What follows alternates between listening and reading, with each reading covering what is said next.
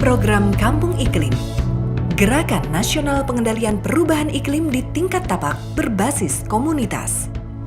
Sadarkah kita akan kecenderungan bencana yang semakin sering terjadi? Sejak beberapa dekade terakhir, kecenderungan bencana di Indonesia semakin meningkat. Didominasi oleh bencana terkait iklim dan cuaca ekstrim atau hidrometeorologi seperti banjir, puting beliung, longsor, kebakaran hutan, dan kekeringan.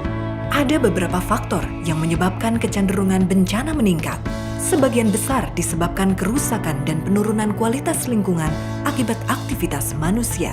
Misalnya seperti kritisnya daerah aliran sungai, pertumbuhan penduduk, urbanisasi, masalah tata ruang, dan perilaku masyarakat yang belum mencerminkan kepedulian untuk menjaga lingkungan. Makin diperburuk dengan perubahan iklim yang terjadi akibat pemanasan global. Seperti yang kita tahu, pemanasan global terjadi akibat meningkatnya emisi gas rumah kaca yang dihasilkan dari berbagai aktivitas manusia. Kementerian Lingkungan Hidup dan Kehutanan mengajak seluruh elemen masyarakat untuk ikut berperan aktif karena individu dan masyarakat merupakan kunci utama dalam hal pengurangan risiko bencana hidrometeorologi. Salah satu strategi KLHK adalah memperkuat kapasitas adaptasi dan mitigasi perubahan iklim di tingkat tapak berbasis komunitas melalui pelaksanaan program Kampung Iklim.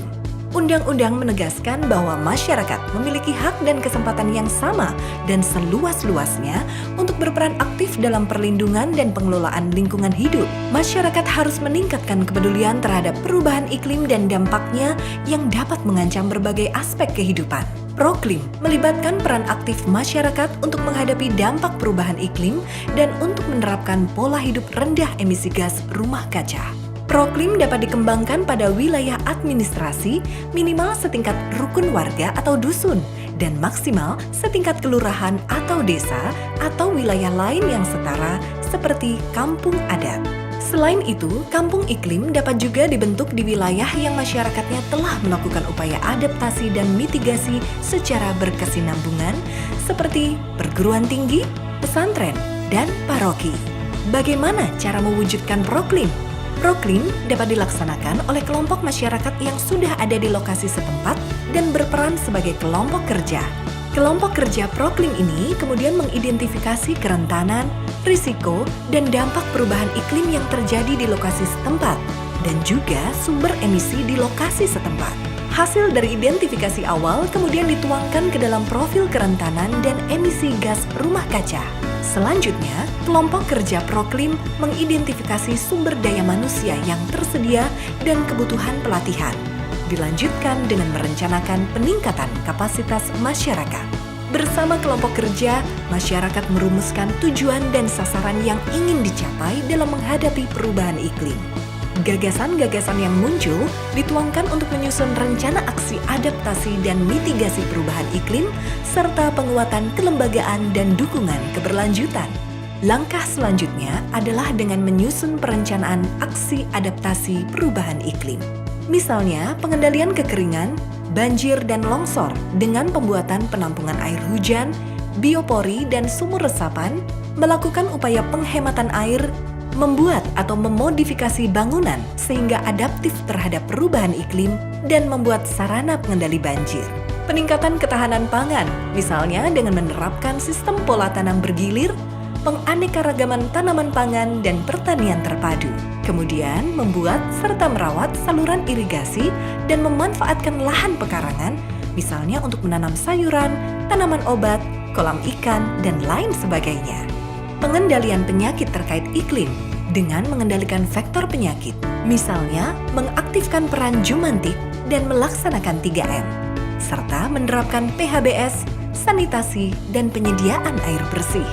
Perencanaan aksi mitigasi perubahan iklim, misalnya dengan pengelolaan limbah padat dan cair, penggunaan energi baru terbarukan, konservasi, dan penghematan energi, melakukan budidaya pertanian rendah emisi, meningkatkan tutupan vegetasi, mencegah dan menanggulangi kebakaran hutan dan lahan.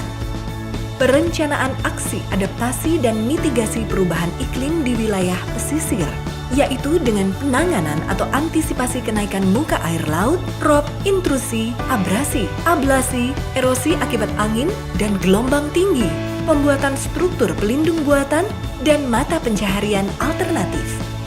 Selanjutnya adalah pelaksanaan rencana aksi-aksi tersebut.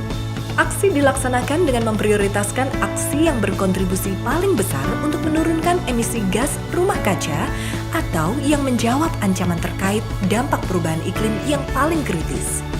Proklim merupakan kegiatan berbasis komunitas yang berkelanjutan, sehingga penguatan kelembagaan merupakan kunci keberhasilan dalam pelaksanaan Proklim. Kelompok masyarakat yang terdapat pada lokasi Proklim merupakan ujung tombak dalam pelaksanaan kegiatan adaptasi dan mitigasi perubahan iklim di tingkat tapak. Dengan pelaksanaan aksi yang berkesinambungan dan berkelanjutan, Proklim dapat memberikan manfaat di bidang ekonomi, sosial, lingkungan, dan pengurangan risiko bencana terkait iklim. Dengan Proklim pula, kita dapat membangun generasi baru yang peduli terhadap perubahan iklim. Demi anak cucu kita, demi keberlangsungan kehidupan di bumi. Ayo, bersama Proklim, kita laksanakan aksi adaptasi dan mitigasi perubahan iklim secara berkelanjutan.